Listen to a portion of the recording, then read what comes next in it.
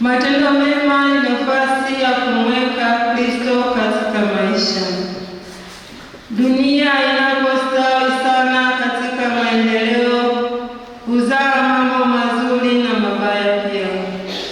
Katika mabaya, ustawi husababisha miongoni mwa jamii kumsahau Mungu na kuanza kutenda maovu, kuwakandamiza, kuwanyonya na kuwaonea wengine.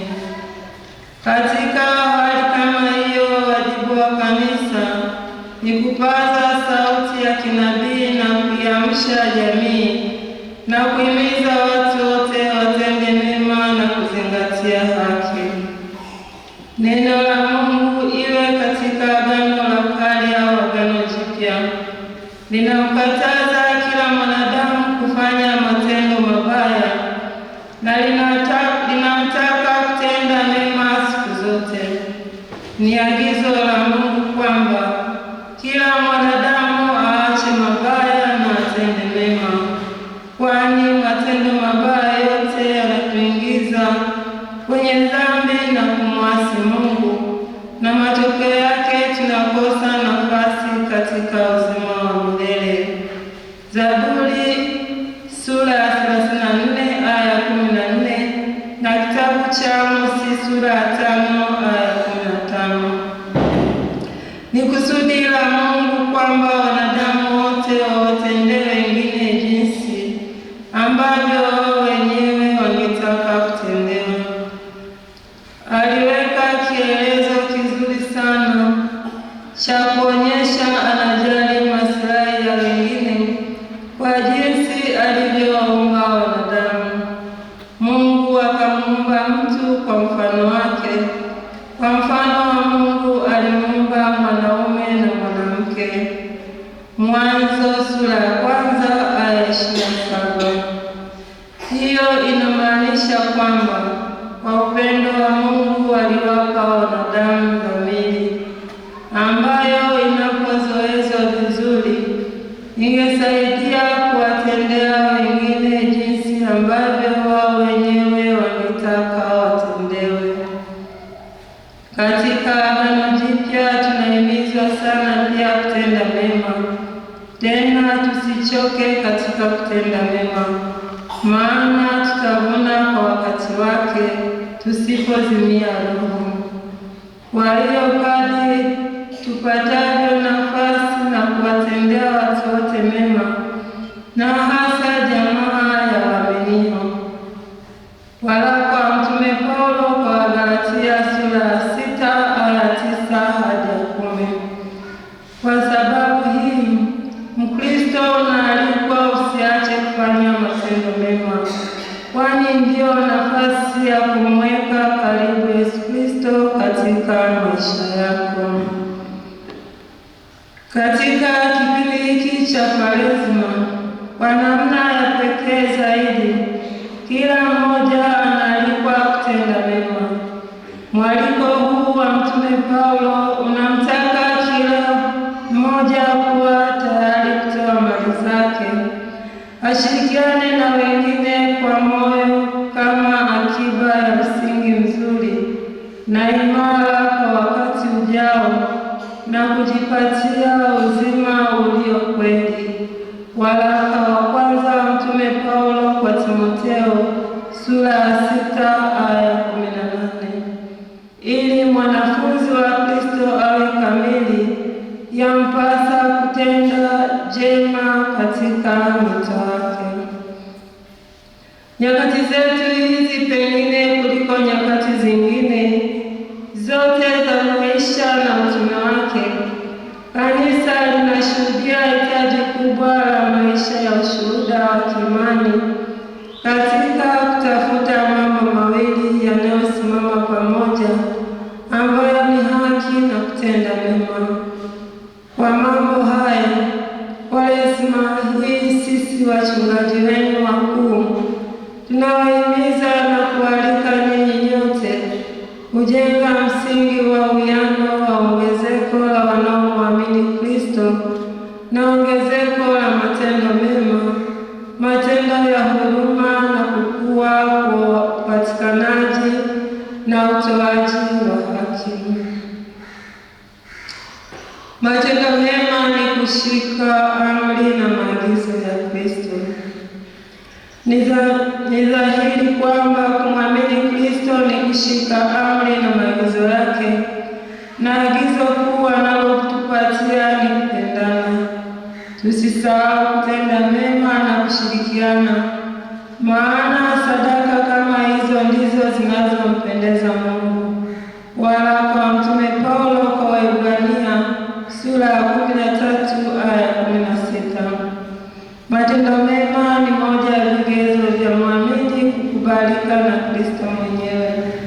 Mfano wa mtumwa wa akida aliyekuwa hawezi na yu karibu na kufa, naye ni mtu aliyempenda sana, lakini aliposikia kwamba Yesu yuko katika mji huo, aliwatuma wazee wamwendee na kumsihi Yesu amponye mtumwa wake.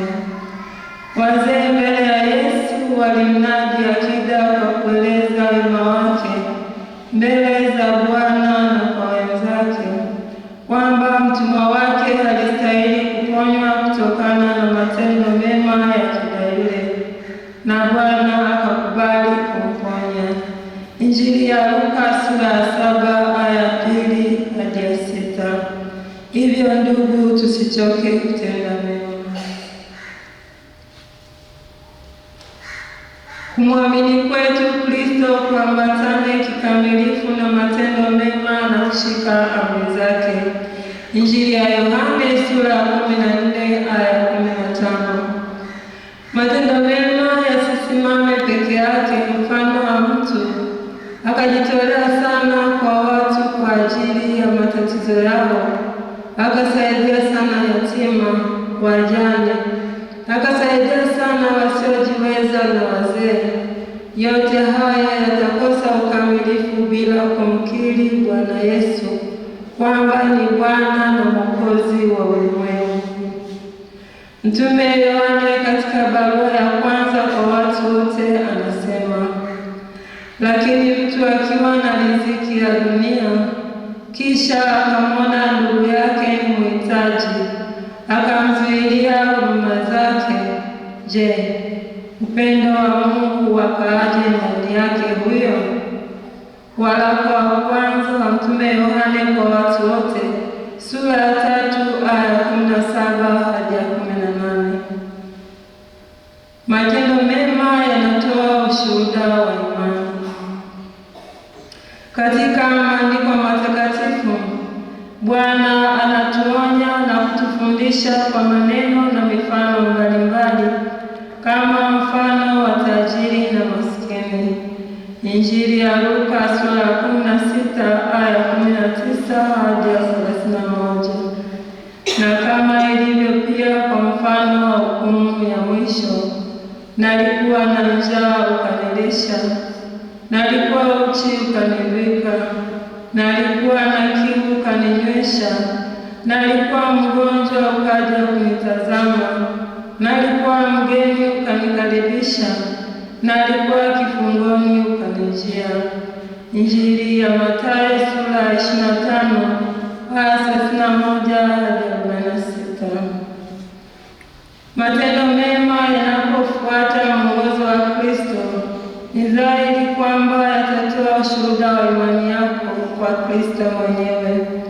Yakobo mtume anasisitiza na kutuasa kwa maneno mazito, ndugu zangu, yafaa nini mtu akisema ya kwamba anaye imani lakini hana matendo? Je, ile imani yaweza kumwokoa? Ikiwa ndugu mwanaume ana ndugu yake mwanamke yu uchi na akapungukiwa na riziki, na mtu wa kwenu akamwambia, enendeni zenu kwa amani mkaote moto na kushiba, lakini asiwape mahitaji ya mwili, yafaa nini? Vivyo hivyo na imani isipokuwa na matendo imekufa. Waraka wa Mtume Yakobo sura ya 2 aya 14 hadi 17. Yakobo mtume asemi kwamba matendo yenu tufanya kuwa waadilifu mbele za Mungu, bali kwamba imani ya kweli yenye kuokoa inaonyeshwa kwa matendo mema. Imani katika Kristo daima husababisha matendo mema. Matendo mema ni ushahidi wa wokovu. Mtu anayedai kuwa Mkristo lakini hamtii Kristo kwa makusudi ana imani ya uongo au iliyokufa. Mtume Yakobo anabainisha aina mbili tofauti za imani: imani ya kweli iokoayo na imani potofu ambayo imekufa. Waraka wa Yakobo sura ya 2 aya 17. Kila mtu atahukumiwa kwa matendo yake mwenyewe. Matendo ya mtu yawe mema au mabaya ndiyo kipimo cha mastahili yake. Kila mtu atahukumiwa kwa matendo yake mwenyewe. Ujumbe huu wa Kwaresima unatualika kuchagua kutenda mema, kwa sababu Bwana atamlipa kila mtu kulingana na matendo yake. Injili ya Mathayo sura ya 25 aya 31 hadi 46. Na kibali cha kuingia katika ufalme wa mbinguni ni kuyafanya mapenzi ya Mungu. Yesu anasema, vivyo hivyo nuru yenu na iangaze mbele ya watu, wapate kuyaona matendo yenu mema, wamtukuze Baba yenu aliye mbinguni. Injili ya Mathayo sura ya 5 aya 16. Ujumbe katika kipindi hiki cha Kwaresima unatualika sote kamwe tusichoke kufanya matendo mema, pamoja na ukweli kwamba leo hii tunashuhudia ongezeko la watu, makundi ya watu na taasisi zinazojishughulisha na kuwasaidia wahitaji, lakini pia tunashuhudia watu wengi wa watu hao na taasisi hizo zikiwatumia wahitaji ili kujinufaisha nafsi, kujinufaisha wao zaidi ya walengwa. Upendo wa matendo mema kwa wenzetu haupatikani na ubinafsi unaopelekea kujilimbikizia mali na matumizi yake ya uchoyo. Matendo mema yanapokosekana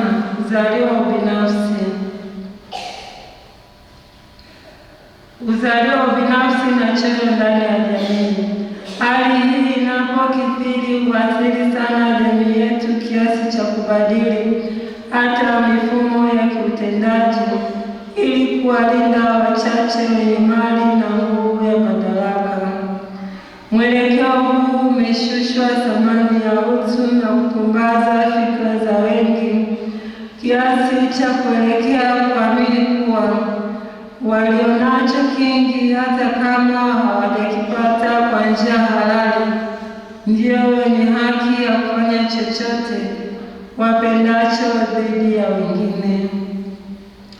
Jinsi hii ya kuendeleza ubinafsi na uchoyo badala ya kutenda mema kwa wengine inaelekea kumeza malengo makuu ya maisha ya mwanadamu wa leo kama Mungu alivyoyakusudia. Hivyo kila mmoja atambue kuwa matendo yake ndiyo yatakayomhukumu siku ya mwisho mbele ya Mungu. Injili ya Mathayo sura ya 25 aya 31 hadi 46. Tunaalikwa na familia ya Mungu kuziepuka nyakati ambazo ukatili na kutothaminiana vinachukua thamani kubwa ya maisha ya binadamu kuliko wito tulioitiwa wa kutenda mema. Tukumbuke kuwa tutahukumiwa kadiri ya matendo yetu. Haitoshi kuwa umebatizwa tu ili kuingia mbinguni. Matendo yako mema yashuhudie imani yako katika Kristo. Sio kila anayesema Bwana Bwana ataingia katika ufalme wa Mungu, bali ni yule anayetimiza